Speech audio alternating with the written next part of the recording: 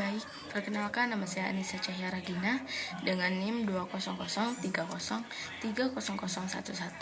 kelas A semester 1, Fakultas Ilmu Sosial dan Ilmu Politik, Universitas Nusa Cendana Kupang 2020. Baik, di sini saya akan menjelaskan hasil review buku ke-13 mata kuliah pengantar sosiologi dengan judul Pengantar Sosiologi Pembangunan. Langsung saja, ada bab pertama yaitu mengenai sosiologi pembangunan.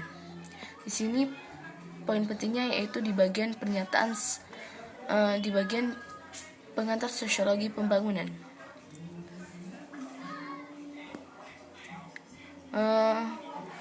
Program pembangunan mengarah pada kritik penuh terhadap program modernisasi yang kemudian menjadi metode. Sejak tahun 1960-an telah berkembang banyak literatur yang kemudian literatur tentang isu-isu pembangunan pekerjaan yang telah menghasilkan banyak informasi tentang rincian serta berbagai perspektif teoritis. Oleh karena itu, orang tidak boleh berharap untuk menemukan konsensus umum di antara para peserta di perdebatan sosiologi pembangunan. Selanjutnya, pernyataan sosiologi utama. Melihat asal mula dan implikasi dari bantuan dan rencana pembangunan yang menyertainya, seperti yang kita lihat, banyak sarjana radikal berpendapat bahwa bantuan menciptakan lebih banyak masalah daripada menyelesaikannya. Sebuah pandangan yang dianut tetapi untuk alasan yang berbeda oleh minoritas di antara para ahli modernisasi yang mengklaim bahwa bantuan adalah jawaban atas kemiskinan dunia ketiga, kemudian menjadi sangat diperdebatkan. Akhirnya di tahun-tahun belakangan ini banyak orang yang menjadi tertarik untuk menempuh jalur pembangunan alternatif yang tidak mencari perluasan industri yang merusak lingkungan dan mengganggu sosial. Namun sebaliknya, banyak yang menganggap keamanan dan kesejahteraan masa depan negara-negara dunia ketiga terletak di tangan mereka yang berusaha menciptakan teknologi dan bentuk kerjasama yang akan menyediakan kebutuhan sosial, menciptakan lapangan kerja penuh, mengembangkan keterampilan pekerja, dan berwawasan lingkungan. Selanjutnya pada bab kedua yaitu mengenai ukuran ketimpangan dan pembangunan. Konsep kemiskinan. Ada dua definisi utama kemiskinan, yaitu definisi subsisten dan satu definisi berdasarkan analisis deprivasi relatif yang menilai kegiatan dalam istilah yang lebih luas daripada pendekatan subsisten dan biasanya menghasilkan angka yang jauh lebih khas dari mereka yang dikatakan dalam kemiskinan. Hal ini berarti bahwa ukuran kemiskinan yang berbeda memiliki titik potong yang sangat berbeda untuk membedakan mereka yang dikatakan miskin dan yang bukan miskin. Selanjutnya, dunia ketiga kemiskinannya. Variasi di dunia ketiga.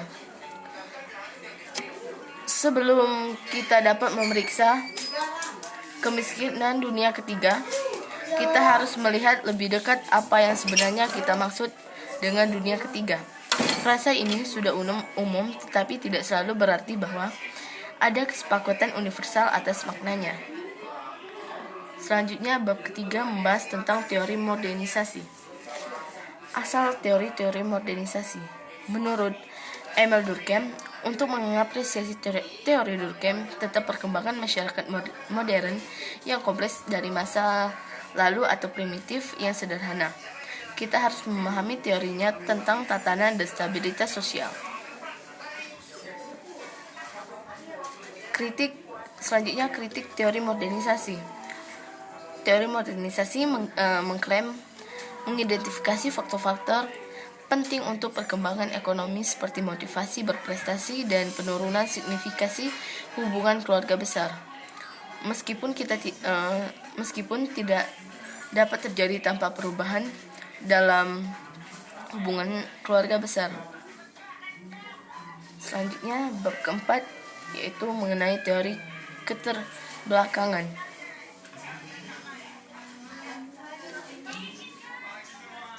Eksploitas dunia ketiga, sebuah rekening kapitalisme pedagang, kolonialisme, dan non-kolonialisme. Hal itu dibagi menjadi beberapa bagian: analisis kapitalisme pedagang, kolonialisme, dan neokolonialisme. Hal ini dapat dilihat sebagai tahapan berbeda dari eksploitas dunia ketiga yang terkait dengan pertumbuhan kapitalisme industri di Barat. Selanjutnya pada bab kelima, yaitu penduduk, urbanisasi, dan pendidikan. Penduduk. Pertumbuhan populasi adalah masalah yang sangat memperhatikan saat ini, khususnya di dunia ketiga. Namun, pertumbuhan penduduk juga dianggap sebagai faktor penting yang mendorong pertumbuhan ekonomi. Hal ini jelas mengimplikasikan bahwa terdapat seperangkat kondisi optimal yang harus menjaga keseimbangan pertumbuhan penduduk dengan pembangunan ekonomi yang berkelanjutan. Selanjutnya, urbanisasi. Masyarakat industri modern lebih banyak merupakan masyarakat perkotaan, yang mayoritas penduduk tinggal dan bekerja di kota-kota besar yang tersebar di bagian besar negara maju di dunia, baik di barat maupun di timur.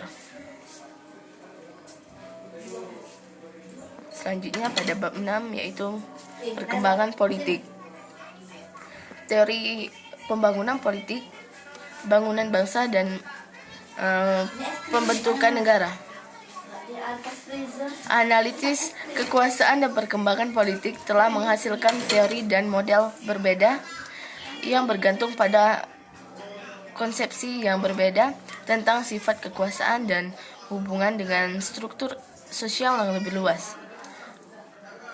Selanjutnya, politik dunia ketiga, analisis ketidakstabilan. Ketidakstabilan di dunia ketiga tampaknya menjadi fakta kehidupan sehari-hari, yaitu penyimpangan politik yang luar biasa yang dapat dibangun dengan melihat sekilas melalui halaman luar dari cerita tentang pembunuhan politik, kudeta militer, intimidasi, penyuapan politik, dan korupsi, yang pemilihan yang curang, pemecatan partai oposisi oleh rezim diktator, atau penggantian pemerintah yang relatif cepat adalah yang biasa. Selanjutnya bab ke-7 mengenai bantuan dan pengembangan siapa yang diuntungkan. Sumber bantuan. Bantuan adalah fenomena pasca kolonial yang telah menjadi industri besar dalam dirinya sendiri, yang mempekerjakan sejumlah besar orang dan sejumlah besar modal. Karena banyak negara di dunia ketiga gagal untuk berkembang atau melakukannya dengan lambat setelah kemerdekaan, dana baru dibentuk melalui organisasi nasional dan internasional untuk membangun program umum pertumbuhan ekonomi dan proyek yang lebih spesifik seperti instalasi tenaga air. Selanjutnya, dasar bantuan ekonomi. Hal ini, sebagian besar bantuan telah diberikan atas dasar bahwa negara penerima tidak memiliki cukup modal domestik untuk lepas landas menuju pembangunan. Ini sangat mirip dengan model tahapan pertumbuhan ekonomi Rostow, di mana dia berpendapat bahwa persyaratan untuk lepas landas adalah tingkat investasi modal yang memadai. Selanjutnya bab 8 mengenai kritik industrialisasi. Tantangan populasi terhadap industrialisasi, di mana manufaktur kapitalitas abad ke-19 berusaha untuk membangun dirinya sendiri. Mereka menemui perlawanan tidak hanya dari elit darat tradisional yang terancam oleh kekuatan baru para industrialis, tetapi juga lebih erat dari kelas sosial bahwa yang tenaga kerjanya berusaha untuk dimanfaatkan dan dieksploitasi. Selanjutnya, kritik ekologi industrialisasi. Salah satu ciri dari strategi pedesaan kerakyatan di Tanzania adalah penekanan pada penggunaan bentuk-bentuk teknologi dasar dan murah untuk menghasilkan kebutuhan negara dalam bekerja menuju kemandirian. Konsep kemandirian tidak hanya mengingatkan pemutusan hubungan ketergantungan pada pusat industri, tetapi juga penerima kebutuhan untuk menggunakan sumber daya yang tersedia seefisien dan sesmart mungkin. Selanjutnya bab ke-9 yaitu kesimpulan. Kita telah melihat di seluruh buku bahwa terdapat konsepsi yang berbeda tentang pembangunan dan bahwa penjelasan untuk ketidaksetaraan dunia dan kemiskinan kronis di dunia ketiga berbeda secara signifikan ketika seseorang berpindah dari satu aliran pemikiran ke aliran pemikiran yang lainnya. Karena masalah pembangunan didefinisikan secara berbeda, yang disajikan dengan berbagai jawaban untuk menyelesaikannya. Selanjutnya, garis besar model pembangunan dan kebijakan. Model-model tradisi modernisasi, teori modernisasi. Model ini dibahas dan dikritik secara rinci di antara yang lain. Ahli teori seperti Person, Elsenstedt, Lemmer, dan Bauer mengemukakan pendapat bahwa modernisasi pada dasarnya adalah proses budaya yang melibatkan adopsi nilai dan sikap yang sesuai dengan ambisi kewirausahaan, inovasi, rasionalitas, dan orientasi pencapaian menggantikan nilai-nilai dan gaya hidup masyarakat tradisional yang bertentangan. Mungkin itu saja yang dapat saya sampaikan, lebih dan kurang mohon maaf. Terima kasih.